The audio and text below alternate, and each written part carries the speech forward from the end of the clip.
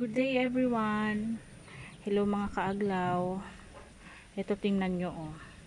Hindi masyadong good yung araw ko.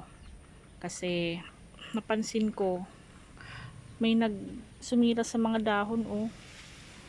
Chinek ko wala naman uod.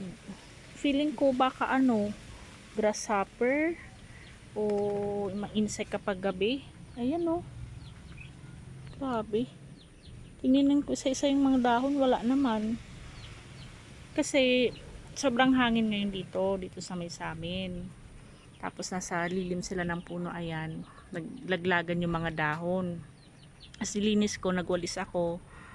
Tapos inisa-isa ko sila, tinitingnan. Ayan, ganun ako.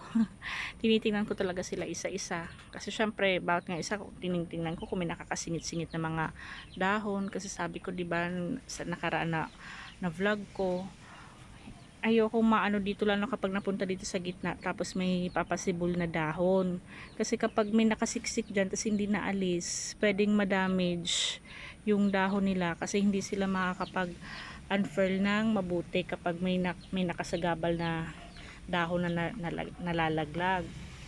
Tinitingnan ko, sabi ko ano yun, tininan ko pa ng mabuti tapos sabi ko ala, ano kayong nangyari, kasi kahapon okay pa to. Ngayon lang kasi ako nakapunta dito sa aking mini garden. Kasi kanina, Sunday kasi ngayon, dami kong ginawa.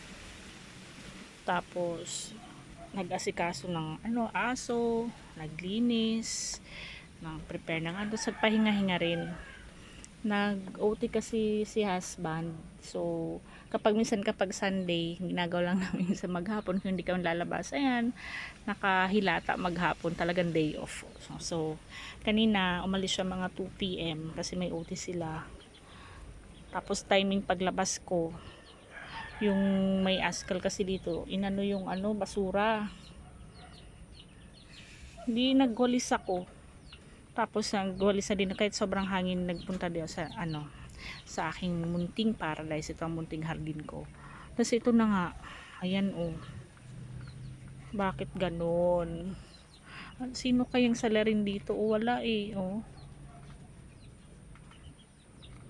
Ayan, yung bagong dahon pa naman oh, ito oh.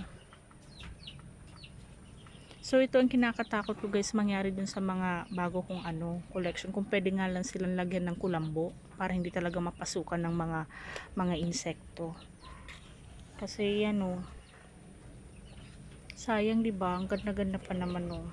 Wala na kapag nasira na yung pero buti na lang madami naman ako guys pink conchin, kaya medyo okay lang naman. Siguro merong akong, bilangin ko nga, ayun isa, ayun dalawa, ayun pala dalawa, tatlo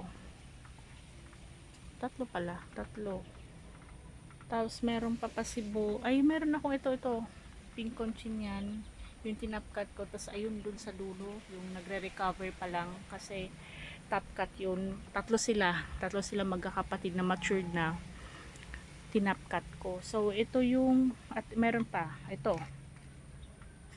ayan, mabilis lang naman silang tumubo kasi may mga aglaw na medyo mabagal, kaya mamaya try kong lagyan sila ng fertilizer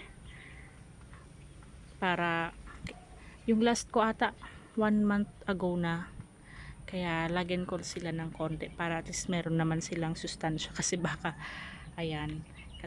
kulang na din sa nutrients, kaya hindi sila nakakapag grow ng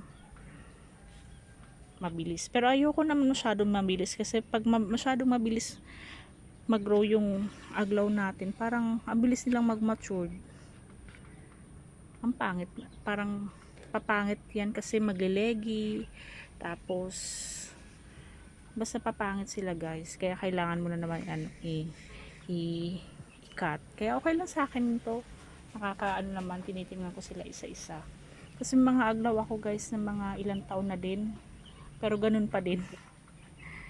Kaya ayan, siguro merong mga ganun bago mo talaga ma-reach yung talagang super lago, super gandang aglaw.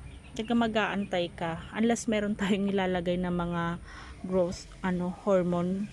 Siguro sa mga yun, sa mga nagbebenta kasi kailangan nila talagang mapabilis yung pagtubo ng mga halaman kasi ibebenta nila. Pero para sa